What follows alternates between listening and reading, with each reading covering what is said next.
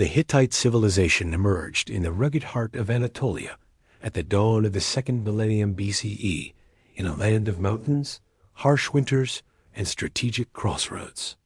This was not an easy territory to dominate, and precisely for that reason, it forged a people resilient, pragmatic, and intensely adaptable. Long before they became an empire, the Hittites were a mosaic of tribes and city-states influenced by older cultures such as the Hattians, from whom they inherited not only place names, but religious traditions and administrative knowledge. What truly set the Hittites apart from their neighbors was their language. They spoke one of the earliest known Indo-European tongues, making them linguistic cousins across millennia of Greeks, Romans, and many modern European peoples. This detail, invisible on the battlefield, would later prove essential for historians reconstructing their identity from clay tablets buried for over 3,000 years. Their rise began quietly. Rather than explosive conquest, the early Hittites expanded through control of trade routes, alliances, and the slow consolidation of power. Anatolia was rich in metals, especially copper and silver, and the Hittites learned early that economic dominance could be as decisive as military strength. Merchant colonies, particularly Assyrian trading posts, connected them to a wider Near Eastern world and introduced writing, record-keeping, and international diplomacy. At the center of this growing power stood Hattusa, a city that would become one of the most formidable capitals of the Bronze Age. Surrounded by massive Cyclopean walls, guarded by monumental gates adorned with lions and warriors, Hattusa was both fortress and symbol. Its location was no accident, defensible, central, and commanding the routes that linked Anatolia with Syria and Mesopotamia. By the time the first Hittite kings appear clearly in the historical record, the foundations were already laid. This was not a fragile kingdom born of chance, but a state engineered for endurance. Law, religion, warfare, and diplomacy would soon merge into a system capable of rivaling the greatest powers of the ancient world. The Hittites were no longer just inhabitants of Anatolia. They were becoming architects of empire. The transformation of the Hittites from a regional power into a true empire did not happen by accident. It was the result of deliberate leadership, military innovation, and a clear understanding of geography and timing. The early Hittite kings understood a fundamental rule of power in the ancient world. Survival depended not on constant expansion, but on controlled dominance. The first decisive figure was Hattusili I, a ruler who shifted the political center to Hattusa and began a series of calculated campaigns across Anatolia and northern Syria. Unlike many contemporaries, Hattusili did not rely solely on brute force. Cities were subdued, yes, but often reintegrated rather than destroyed. Vassal states were allowed to keep local rulers as long as loyalty, tribute, and military support were guaranteed. This approach reduced rebellion and extended Hittite influence with remarkable efficiency. Under Suppiluliuma I, the Hittite Empire reached its zenith. He was not only a conqueror, but a strategist of the highest order. Suppiluliuma dismantled the Mitanni kingdom, seized key Syrian cities, and placed members of the royal family on foreign thrones. War, for the Hittites, was an instrument of political engineering. Every campaign had an objective beyond victory: control of trade routes, access to resources, or the neutralization of a rival power. Militarily, the Hittites were formidable. Their armies combined disciplined infantry with elite chariot units, optimized for speed and shock rather than spectacle. Hittite chariots, often crewed by 3 men instead of 2, provided tactical flexibility and battlefield dominance. Fortifications, logistics, and intelligence gathering were treated as seriously as combat itself, an unusually modern mindset for the Bronze Age. Yet conquest was only half the story. The Hittites mastered the art of imperial administration. Conquered territories were bound to the empire through treaties that spelled out obligations in precise legal language. These agreements defined borders, military duties, succession rules, and even divine punishments for betrayal. Power was enforced not only by swords, but by words carved into clay and sworn before the gods.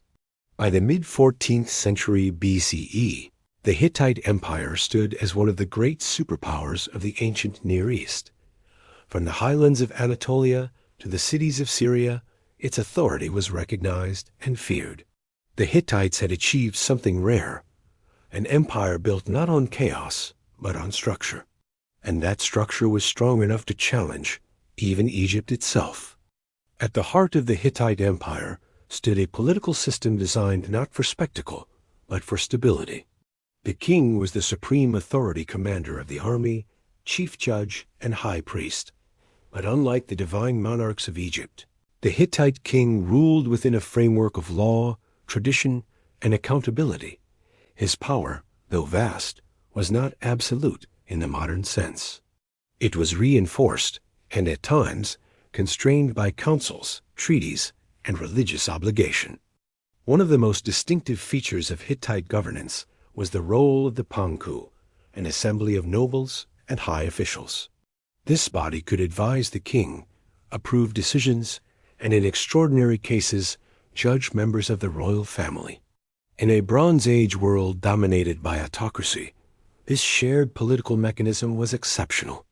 Authority flowed from the throne, but it was not entirely unchecked.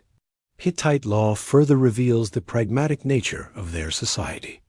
Surviving legal codes show a system far less brutal than those of neighboring civilizations. Crimes were typically punished through fines or restitution rather than mutilation or death.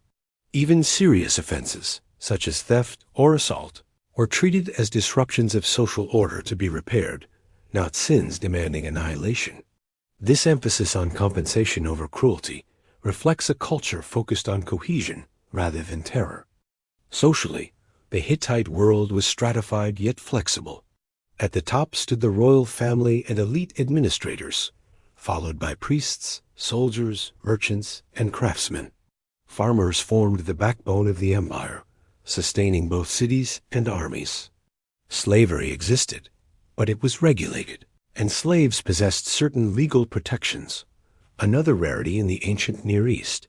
Daily life in the Hittite Empire revolved around agriculture, seasonal rituals, and communal obligation. Men and women both held legal rights, including property ownership and participation in contracts. Queens, in particular, wielded significant influence. The Tawanana, the chief queen, retained her religious authority even after the death of her husband, sometimes outliving and politically overshadowing successive kings. Religion permeated governance at every level. Laws, treaties, and royal decrees were sworn before the gods, binding human authority to divine order. Justice was not merely a human construct, it was a cosmic responsibility. To break the law was to disrupt balance, inviting both legal punishment and supernatural consequence. In this fusion of law, religion, and administration, the Hittites created a state capable of managing vast territories without constant repression. Their empire functioned because it was governed, not merely ruled. And in that balance between authority and order, one of the secrets of their enduring power. Religion was not a separate sphere of life for the Hittites. It was the invisible architecture holding their world together. Every treaty, military campaign, harvest, and royal decision was framed within a vast and complex religious system. The Hittites themselves described their belief system as the worship of the 1,000 gods, a phrase that captures both the richness and the deliberate inclusiveness of their spirituality. Unlike many empires that imposed a single religious identity, the Hittites absorbed the gods of every land they conquered. Local deities were not erased, but incorporated, given new temples, and honored alongside older gods. This syncretism was not theological confusion, it was political intelligence. By respecting local cults, the Hittite state reduced resistance and transformed religious diversity into imperial cohesion. At the center of the pantheon stood the storm god, often associated with the sky, thunder, rain, and kingship. He was the guarantor of order, fertility, and military success. Alongside him stood the sun goddess of Arena, a powerful female deity linked to justice, sovereignty, and the legitimacy of the king. Their divine partnership mirrored the balance of power between king and queen in Hittite society. Mythology played a critical role in explaining chaos and renewal. One of the most famous Hittite myths, the myth of Telepinu, tells of a god who disappears, plunging the world into drought and disorder. Only through ritual, appeasement, and restoration is balance recovered. These myths were not mere stories. They were templates for understanding political crisis, famine, and war. Disorder was temporary. Order could be restored through correct action. Rituals were precise, formal, and meticulously recorded on clay tablets.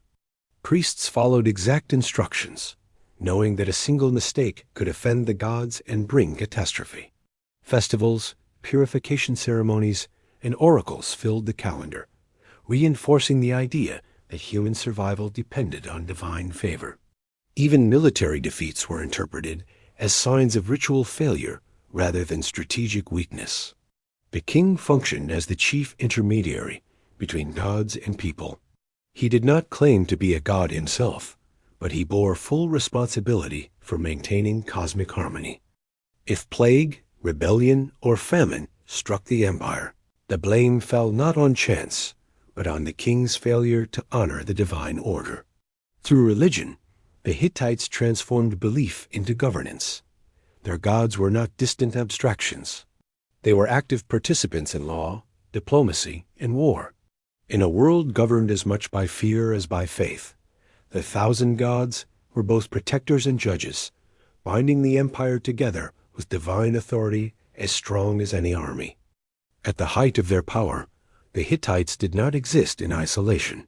They were surrounded by other ambitious superpowers, each competing for land, trade routes, and influence across the Near East.